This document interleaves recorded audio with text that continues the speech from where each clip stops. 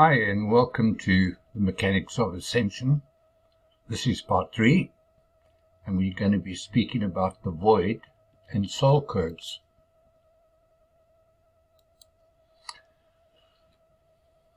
The void in this context is also called variously the buffer zone, named because it provides a buffer between harmonic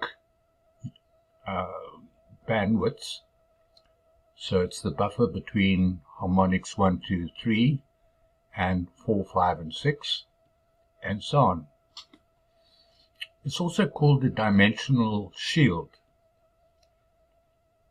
It's also called the veil because beings from dimensions 1, 2 and 3, in the first 3 dimensions, can't see what is happening in the 4th, 5th and 6th and higher dimensions. So it's called the veil. But just note that beings from dimensions 3, 4 and 5 can actually communicate with beings in dimensions 1, 2 and 3. The void is also called the vacuum of space-time by science here, and it's also called the suspension zone, because which will become apparent in this video, and it's also called the energy repulsion zone. The void exists between each 3-dimensional fields that form a reality field. Each 3 dimensions is called a harmonic bandwidth, harmonic universe, or density. Why should we know about the void? When we ascend, we must all pass through the void. I am used to the voids, so it is not so scary for me. But the first time I passed through the void, it was really scary. You see, we are so attached to the notion of time and space, we can't imagine passing through a place where all time and space is suspended.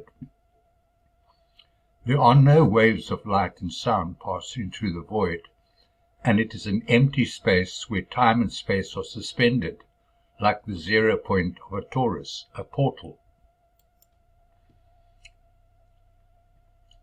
The void is a kind of sorting of information that has no judgment, or has no existential relationship to reality fields.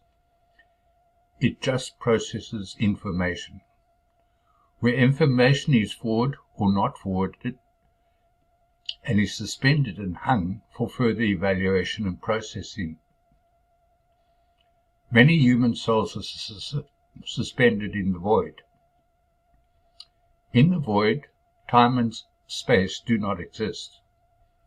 So souls there only exist as information that are recorded in the Akashic and Akashic records. It is a situational void too. There is no physical identity. It is just information gathered during a soul's passageway through the journey's inner reality field.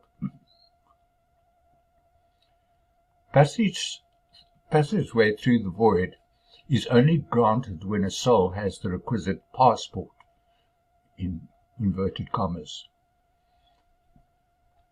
The information that grants them passageway.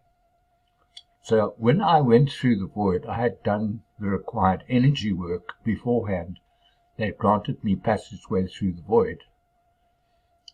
When we ascend, we will all have to go through the same scrutiny. We have to do the work beforehand, but there are many beings who will vouch for us, and I urge you to do the work beforehand, or you will be halted. In the void there is no time and space. It is all about information and personal responsibility. No one passes through the void if they have not accepted personal responsibility, and think and feel, speak and act responsibly, and take personal responsibility for their standards and values and their attitudes. As I have mentioned before, Ascension is primarily about our soul bodies going into a new and higher vibrational field of reality. It is the soul body that ascends, and it forms a newer, higher dimensional physical body as it does so. In order to do so, the soul passes through the void. What this means is, firstly, the scope of our sensory abilities will be broadened. Our senses of sight, sound, touch, taste, and smell will be broadened, and our sixth sense, our intuition, which is dumbed down here, will be activated, heightened, and broadened as well. In other words, we will retain our sensory abilities of dimensions 1, 2, and 3, but our sensory abilities will be able to interact with the higher sensory abilities in dimensions 3, 4, and 5. All our senses are based on vibration and frequencies, so those frequencies must be adjusted for the third, fourth, and sixth dimension, so that we can interact with the beings there. Our six senses are primal senses necessary for human souls to survive on this planet. But we have another six senses that we will develop as we evolve more, and we will learn more about them as we go further. What this means is that we will have a heightened awareness of what our senses are, and we will experience them in a different way. Light, sound, touch, taste, smell, and intuition, our ability to perceive the unknown, will be different. Secondly, our conscious awareness of who we are, the observer, moves its station of conscious awareness into the fifth dimension. At the moment, our station of consciousness is stationed in the fourth dimension. Conscious awareness, the observer, is always stationed one dimension above the level of its awareness, in whatever reality field it is in. It is thus observing from above, from a higher dimension. So we are observing ourselves from the fourth dimension, and we are observing ourselves as three-dimensional beings. As our consciousness evolves through the dimensions 4, 5, and 6, so our conscious awareness, the observer, moves through dimensions 6, 7, and 8, raising each time we have evolved fully in each dimension. I will expand on this later.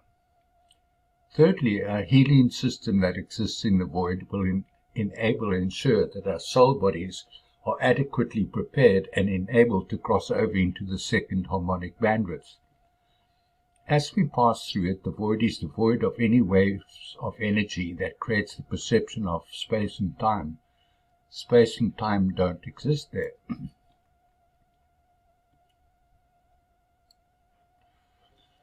This process is called quarantine and takes place in the area between two reality fields called the void. It's what the Christians call purgatory. When we are ready, we are reintroduced to our soul families in dimensions 4, 5, and 6, and reunite with former members of our soul group, including family members and sometimes even former animal friends who have ascended as well.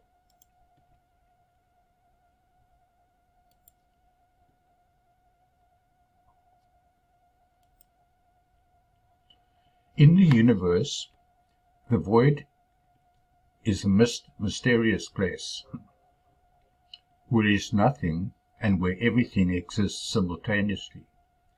So there's nothing there but just information, and all information is there.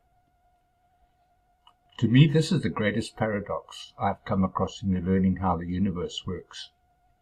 I once remarked to Ismail, I guess it's God's hospital and repair shop where conscious soul beings stay over and get a makeover. He just nodded. Fourthly, our physical bodies will be transformed.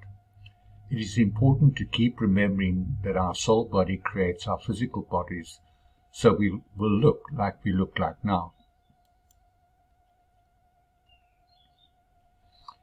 It really depends how authentically your soul body is representing its integritous self in the physical body, and the soul codes it has accumulated. So there will be small changes, but for some these will be big changes. Like the blind will be able to see, the deaf will be able to hear, the deformed will be reconstructed, and the maimed will be enabled. All our physical and sensory abilities will be restored and transformed after being in God's hospital and repair shop. We will have a re-evaluation and restoration of our values. In our current reality, our values are largely determined by our attachment to money and the things money can buy. Our morality has been totally corrupted here by the monetary control systems, and we are in survival mode. This will no longer exist in the fourth, fifth, and sixth dimensions. Our values will be our value of who we are, our integrity, trust, faith, love, and authenticity. Differentiation on the basis of race, gender, culture, religion, language, age, and preferences will disappear. Some might not be aware, but we have already entered this process, so keep on keeping on, mighty soul warriors. We're getting there. In each three-dimensional reality field like we are in now, harmonic bandwidth 1, dimensions 1, 2, and 3, there is an underlying process that creates cycles of existential experiences that are all conscious soul beings go through. And it all depends on developing and coagulating thoughts and emotions and owning and taking responsibility for them. On a soul level, it is about accumulating codes in our soul body. The codes in our soul bodies are like the DNA in our physical bodies. Our soul codes determine our physicality and carry the universal blueprint of the universal lattice of creation. But our physical DNA has been tampered with and distorted by the fallen ones by DNA manipulation that goes a long way back in our history. See, it's important to understand that we no longer carry the universal blueprint of 3 strands of DNA in our physical bodies, but they still exist in our soul bodies.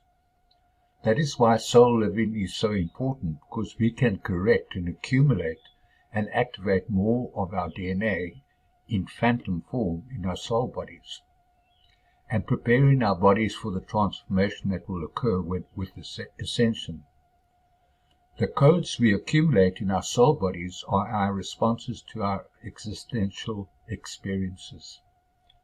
Our experiences as we command our thoughts and emotions instead of them being commanded by circumstances build and activate the corresponding codes in our soul bodies.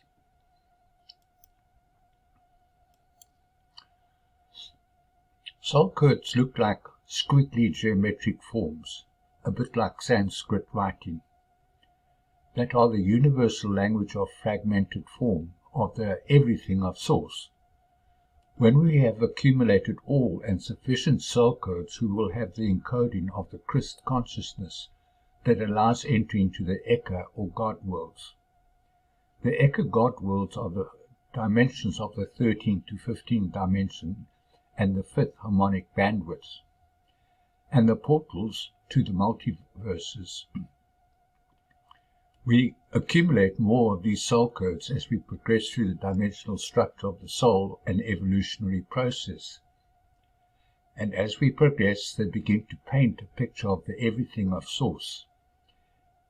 And we do it through commanding our own thoughts and emotions and our responses to them.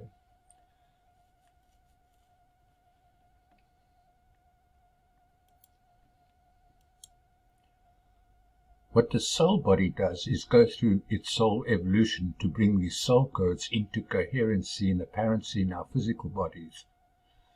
DNA represents the information held in our soul codes that have been brought into coherency to transform physical form before they were tampered with. If we don't do the work in our many lifetimes of accreting, activating, and accumulating the soul codes in our soul bodies, by commanding our responses to our thoughts and emotions, when an ascension cycle occurs, we have to pass through the voids, God's repair shop.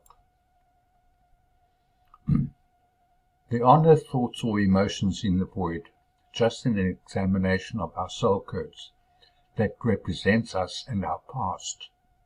And where those soul codes are deficient, they are repaired.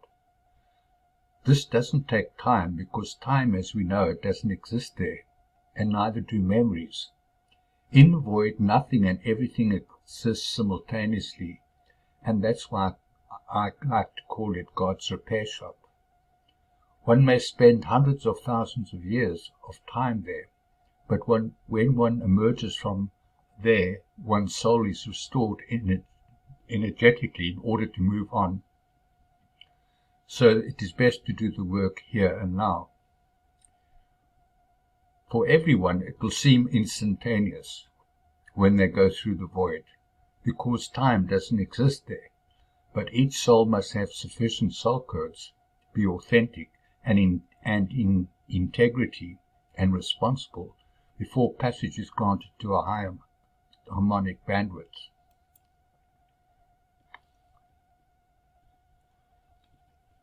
I know that these concepts may seem strange or outrageous to many, but if you want to know about how Ascension Mechanics works, this is how it works. I can assure you that it is not a scary place, because in it you will have no emotions, and this we are unfamiliar with.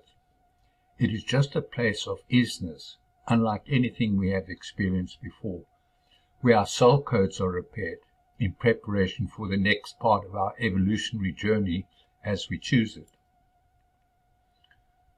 Now, this is a mind bender only for the potentially insane, or sane, depending on how you look at it. The void is like a paradox. Nothing and everything exists there, simultaneously, without thought and emotion, or time and space, so it's hard to describe. When we pass through the void, all that consciously exists is our soul body, our will, volition, and choices, and the repair work being done while we are there. We have to give consent before repair work is effected. In it, we are constantly offered shapes and forms and sounds that we are cognitively observing and on a subconscious level recognizing, and as we do so, our soul codes are restored for the next stage of our soul evolutionary journey. The void is an interesting place. I have been there. It is not a vacuum of space, but it is devoid of light and sound waves, so there is no time and space that are created by the light and sound waves. The real paradox of the void is that if you want to know everything, you must know nothing, because everything emerges from nothing. So knowing everything about nothing qualifies you to know everything about everything. That's what makes the void very weird. We know everything in the void, but on a conscious level we know nothing. But on a subconscious level we know everything. That is why we need to develop our sixth sense, our intuition.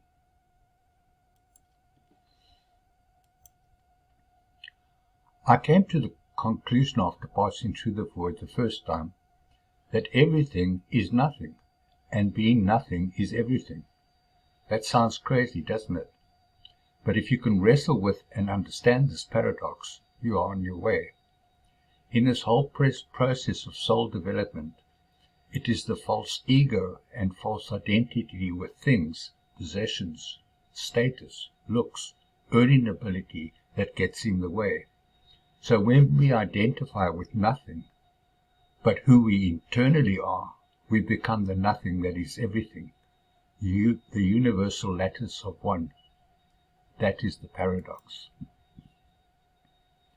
So we must lose the false ego and false identity with things, possessions, status, looks, earning ability, etc. Because underneath the layers of false ego and identity, there's an eternal soul being who has the potential to know everything about everything.